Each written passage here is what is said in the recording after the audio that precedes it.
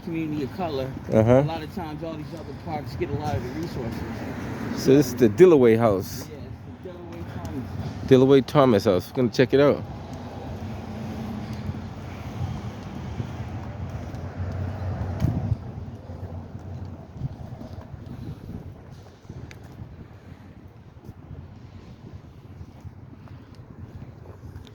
Oh, you say you're a journalist? You write a lot of stories? I put them on my YouTube channel. Oh, yeah, YouTube channel? YouTube channel, yeah. What's your YouTube channel It's called? called External Affairs Porter.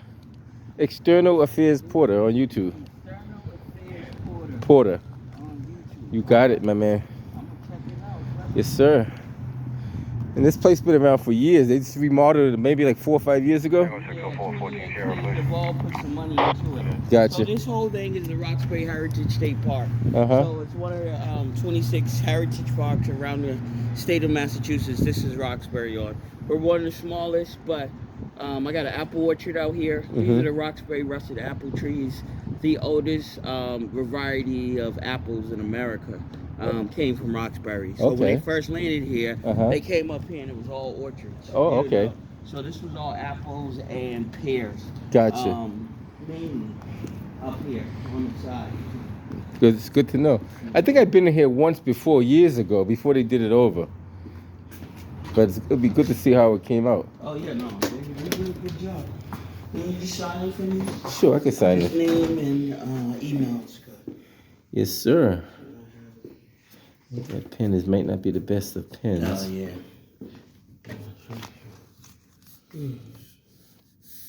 I put the email. Yeah, put the email.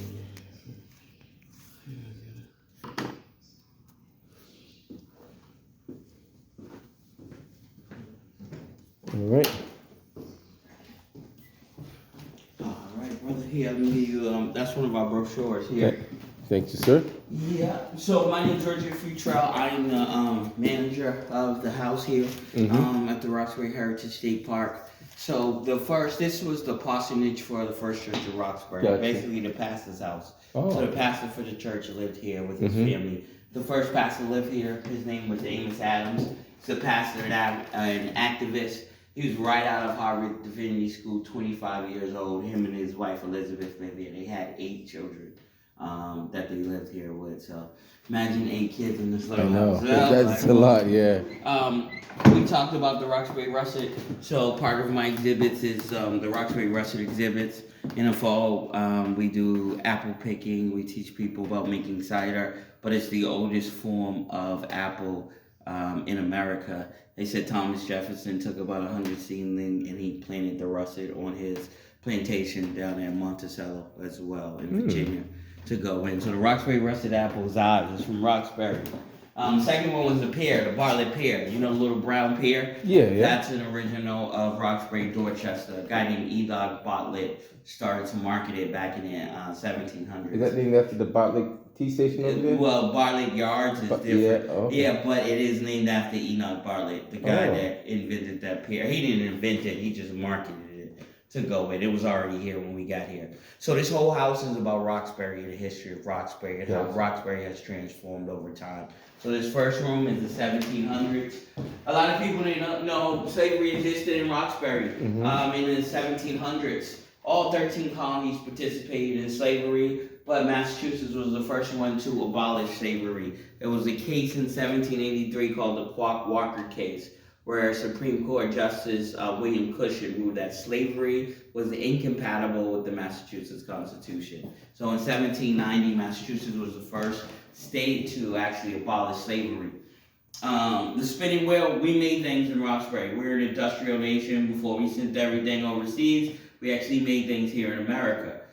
Spinning for Liberty, the Daughters of Liberty, they had a protest out here on the lawn. She brought a bunch of women to learn how to spin and make clothing. And there was a protest that said the Sons and Daughters of Liberty not buy one thing from an importer named William Jackson, who did not join the protest. So basically, they were early Buy America, only American-made products. Another thing cool in the house is this table here. You heard of the Midnight Ride with Paul Revere? I have, yes, sir. Yeah, so Paul Revere left from North Station. The other guy on the ride was William Dawes. He left here and rode straight to Concord to go in. So this house was also part of the Midnight Ride. When they realized the redcoats are coming, William Dawes left from Roxbury, and Paul Revere left from downtown. Now, this map's cool because you can see the two bays before they were a landmass. We tell you that most of Boston is built on landfill to go in. So this is the original South Bay, to go in, and the original Back Bay as well. So Back Bay, before there was the Prudential or anything, it was water. This is the Charles River. In between the Charles River and the Boston Neck, which is Washington Street, was all water. They filled it in order, they needed more land to build. So that's where we get the Back Bay and the South Bay. They were actual bays that were covered over or filled in to make room for more land as more people moved into Roxbury at this time. Now, when I'm talking about Roxbury at this time, everybody think we're talking about black people. No. Roxbury was a white suburban settlement. The original black settlement was Beacon Hill. So black people at this time, we were all downtown up here. So Prince Hall, the first African meeting house is in Back Bay. That's why the Freedom Trail runs from Back Bay to Charlestown, because we lived in Beacon Hill and Charlestown, because that's where the jobs were. We worked off the water. So a lot of that was here. Roxbury was suburban. Now when I say Roxbury was its own city, and it went from Roxbury all the way to West Roxbury. So that was the city of Roxbury. This was only Boston. This is the original Boston, just downtown Boston was the original Boston. Roxbury was its own separate suburb. So this is Roxbury here? Yeah. Gotcha. Yeah. So this is where we are. This is the Dillaway house. Cool. To go in. So it's called the Dillaway-Thomas house. You know who Thomas was? No, not up here. So General John Thomas was one of the leaders in the Civil War. This guy here is John Thomas. So this headquarters was the headquarters of the Continental Army during the siege of Boston and the American Revolution to go in. John Thomas was one of the only generals to not own slaves, and he was actually the one that called for the Massachusetts 54th Regiment. So he called for an all-black unit that would allow people of color to actually fight for American freedom. So this was John Thomas's house. So they came in 1775. I don't know if he brought it. I think they took it over because of its position. So from here, looking out the window, you could actually see into the bays. None of those buildings was there. Remember, there was Back Bay and South Bay. So this was the stash house for the Continental Army. George Washington visited this house. Oh. You're staying in a house that Washington George visited. So he stayed right in this house for here? He came to visit John Thomas, and he brought him weapons and military stuff. So this was the stash house for the Continental Army. They stashed all the munitions, all the cannons were up here because we're high. We're in the Roxbury Highlands. That's why you have Highland Street. So this is the Highlands of Roxbury. There was one street at the time called Tremont Street. You know why they call it Tremont Street? Tri-Mountains? Yeah, the three mountains of Boston. Exactly. So I heard that before. It started at Beacon Hill, it comes to Fort Hill, and then it takes a 90-degree turn to Mission Hill. So that is the original street of Boston, which is Tremont Street, the street that ran between the three mountains of Boston to go in. So this was the American Revolution. John Thomas. This is this room. So this is the 1700s. This room represents the 1800s. In the 1800s, Roxbury started to transform from a town to a city. So by the 1800s, they started to fill in the tidal marshes around Boston to accommodate the demand for land. The Boston Neck disappeared. As Boston grew, Roxbury grew. The changes meant more industry, more jobs, more businesses. Roxbury became more diverse, but by diversity I mean more English, Irish, and German farmers started to come. The original settlement was just the English Puritans, but now you had Irish and German immigrants starting to move to Boston. Now the streets were tree-lined. There were orchards up here. They started to become more industrial. So we had the slaughterhouses, the breweries were up here. The Willett Clock Factory, we produced clocks. The Roxbury Rug Company, which we're standing on. This is one of the original Roxbury Rug Companies. Okay. You had the Highland Stove Factory. So on Highland Street, they created about 70% of the stoves that were produced in the colonies at the time were imported from Roxbury, Massachusetts to go in. Civil War breaks out. We had an all-black regiment called the Massachusetts 54th. It was the first fighting regiment for America, which came out of Massachusetts itself. So we talked about John Thomas. We call this the Dillaway-Thomas house. Have you heard of the Dillaways? I did hear that before. Most people haven't. So Charles and Martha Dillaway. Charles Dillaway was the principal of Boston Latin School in the 1800s. So in the 1800s, he principaled the Latin School, and his wife here actually started a school for girls right in this house to go in. She told the people, Martha was basically like, listen, I'm going to teach them how to be good housewives, how to cook, clean. They can come hang out here, send me all your girls, and I'm going to teach them how to be good housewives. What did she actually do? She started a school for girls. She taught them everything the boys were learning at Boston Latin School. She took her husband's books and started to teach girls how to read, write, and understand Latin and higher education to go in. So you're standing in the first school for girls in America. This one right here. This right here. Oh, wow. This little house was the first makeshift school for girls that goes in. So Charles, you see those guys with Charles with the swords? What do they look like?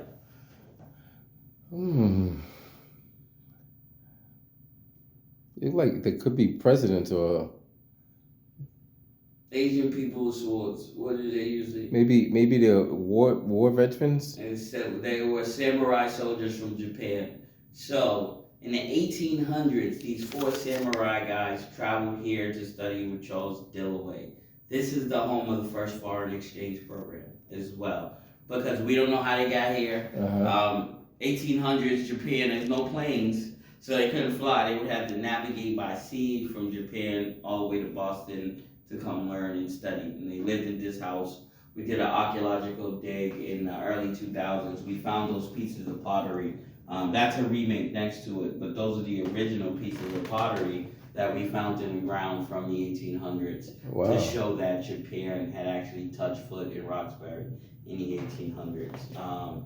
So to have this level of interaction between Boston and them in the 1800s shows a lot, because Japan was very shut off at that time. Nobody in, nobody out. They didn't know much, and this was a new country, a new land that supposedly the Europeans discovered, but the Asians, the Japanese soldiers knew about it early in the 1800s as well.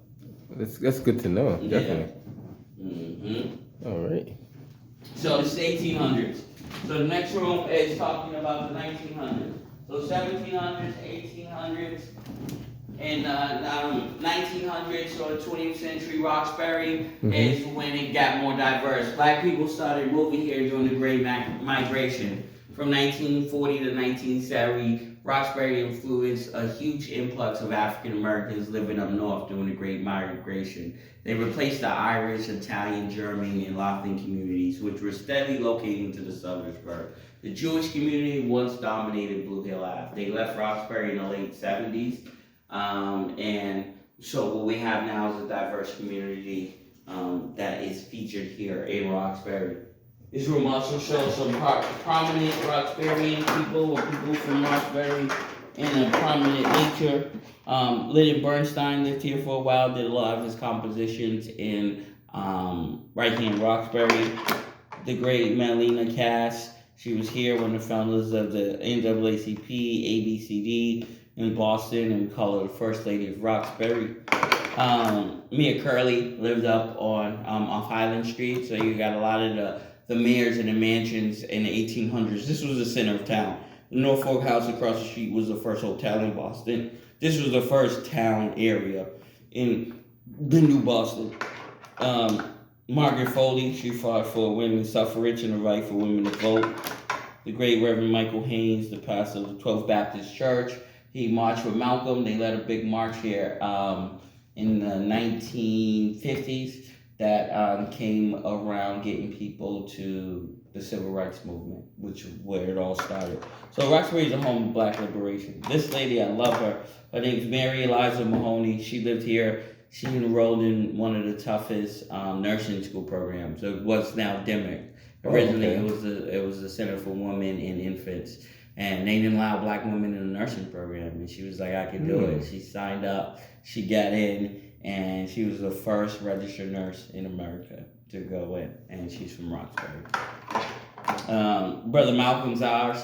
Malcolm was in Detroit. He was acting up. His mama said, "Guess what?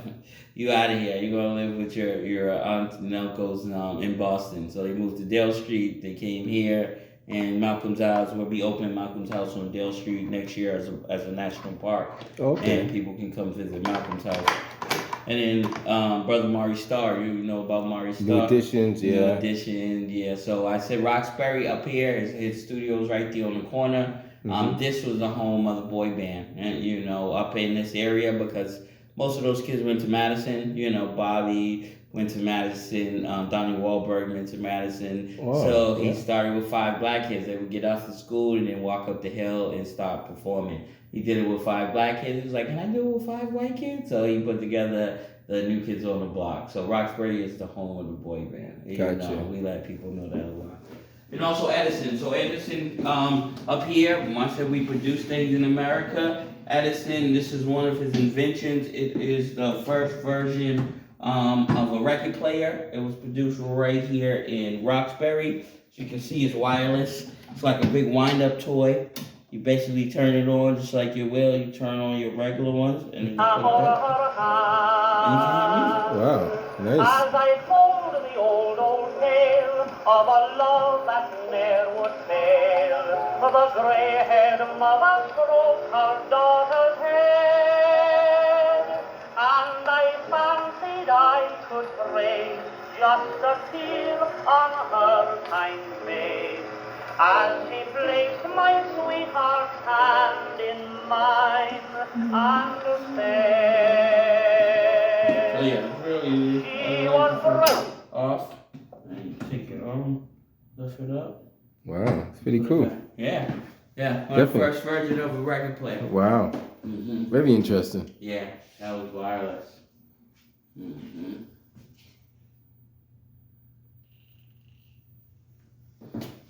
So they were going to tear this building down for the Timothy School, but then the residents said, no, this is too historic to tear it down. And basically they changed the plans and they actually built the school around the house. So it starts here, school goes in the back, the gym's in back of here in order for them to preserve this property. But the city had brought this whole land and bring the Timothy straight down this way.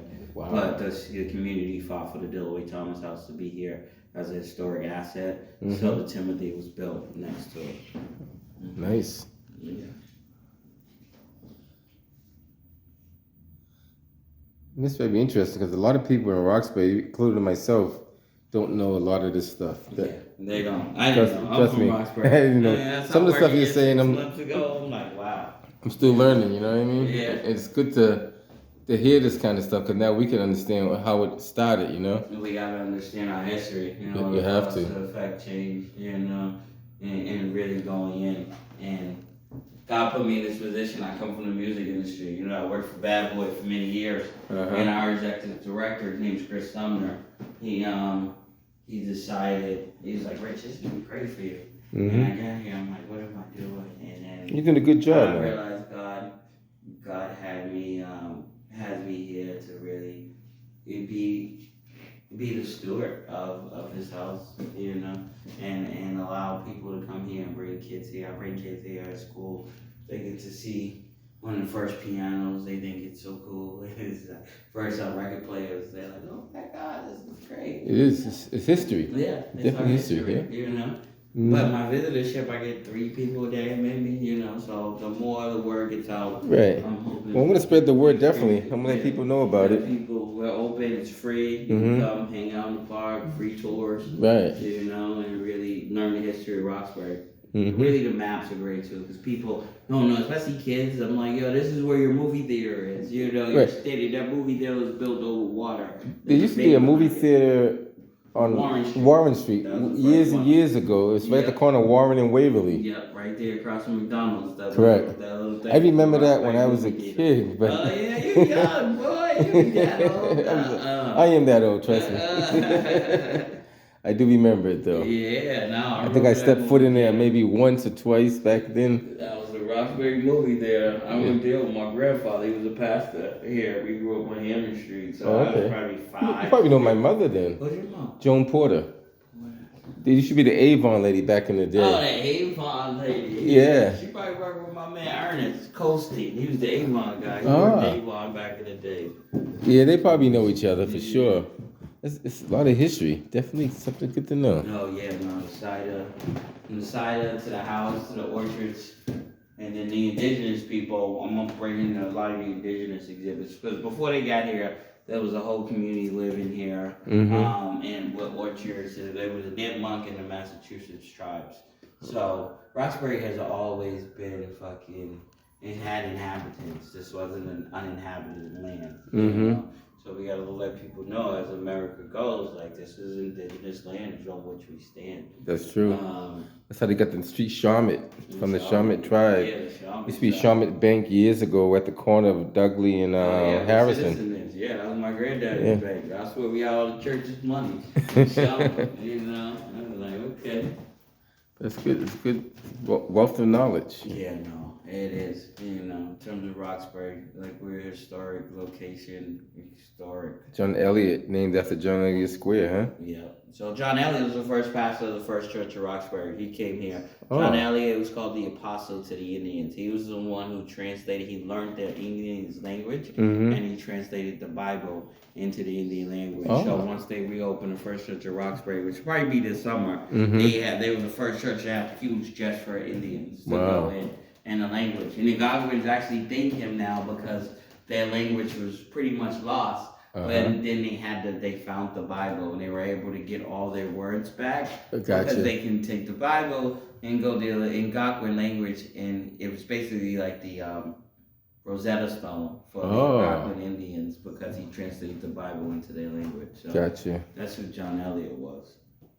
Maybe and this was the hearth. So all houses at that time would be centered around the hearth. The hearth was their heating and cooking apparatus. So in the back there would always be fire burning, so the heat would circulate. But then this is what they would use to cook on. Everything was cooked in these metal tin things. That was their internal ovens that they would put their apple pies and their ciders in to go in. But every home would have a hearth, you know. Instead of a stove, it was all wood burning, and it would allow families to actually, you know, be a part of the cooking process as well. Pretty cool. Yeah. I appreciate that. No, I'll tell more people to come out and check this out. We're open. Yeah, come see me. I'm Richard, you know. Ned supporter. Yeah, right. We're going to keep in touch. Yeah, please do. Definitely going to keep in touch. Yeah, absolutely. Yeah. So tell me that again. You got my cooking show is called Cooking with Rich Future. It's on YouTube, so definitely make sure you check it out. I'm also a contestant on Favorite Chef, so if you go to favoritechef.com right now, I'm up for to win a chance to cook with Chef Carla Hall. Okay, you know? cool. So being from Roxbury, it's good to represent our city. I like that. You know, to go out around food, culture, and history. You know? So, you know, definitely support. You support us, we support you. Gotcha. Yeah. Appreciate it. No problem, brother. All right, man. We're keeping. Yeah, please do. You know, this is a great place for like photos, to do videos, to really be connected to the city, which is great. So the whole tour is indoor, and then I do an outdoor tour. I talk about the Roxbury russet trees. I talk about the Bartlett pear trees and the Bartlett estate. Okay. And if you go to Dorchester, there's a big bronze pier. Oh, I seen that. Yeah, right by the KFC. That's it. That's for Bartlett, and these trees are the Bartlett trees. So okay. These are the original pear trees. Cool. Yeah, that goes in. Yeah, you're welcome to hang out, take pictures. I take a quick walk around. Yeah, do the circle. We'll keep in contact, my man. Bye, Mr. Porter. Take care now. All right. A lot of information there. Definitely a lot. Some of that stuff I never even heard before, but it's very interesting.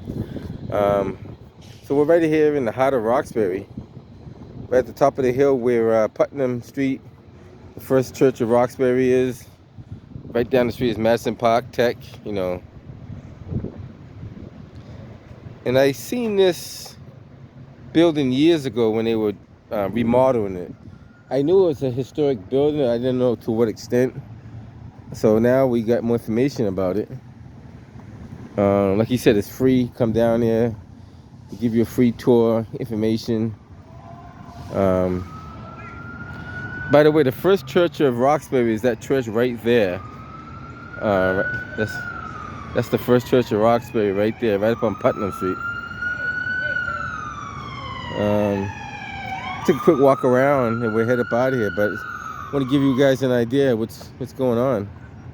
And there's a lot of stuff that I want. There's more stuff like this I want to get involved in because there's a lot of stuff in our community that we're not even aware of. We walk by it, we don't even pay it any mind.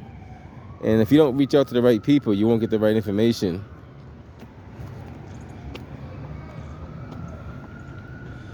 But my kids, I'll tell you how old I am now. So my children, they're in their 30s, almost in their 40s. They used to go to this church right here, and this used to be their school program. This building right here, that building that's boarded up. They used to go there. We're talking at least 30 years, I mean longer than that, 34, 35 years maybe. So I'm not too sure what they're gonna do with that building now. Maybe they're gonna redo it over. Let's take a quick walk through here. A lot going on in the city too, by the way. We're gonna stay away from that for a little while. We'll catch up on it later on.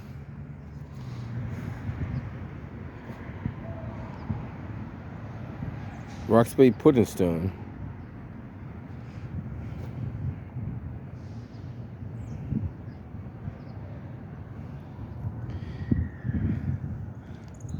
I just want to give you this image up here, then we'll head up out of here.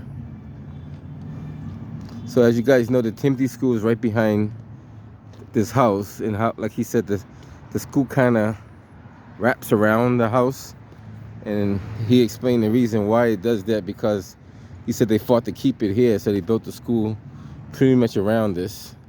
And I remember, I don't know how long, but maybe 10, maybe 15 years ago when they were doing this over, they were doing a lot of construction on this.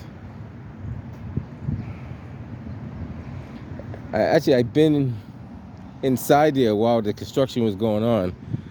There's like, there's a basement, there's a couple of floors above.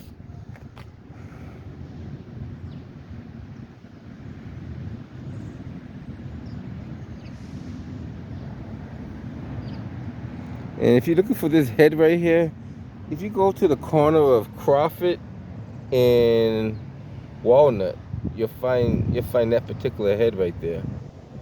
That's where that head is located at. Obviously, you got the Museum of Fine Arts right there. That's interesting things. Very interesting. All right, guys. Hopefully you enjoyed the video.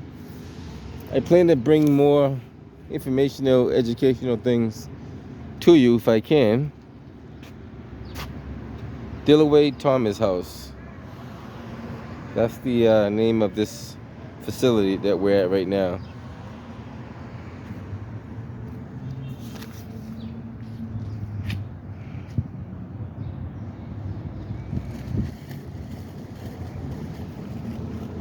All right, guys. Thanks for watching. We'll catch you guys on the next one.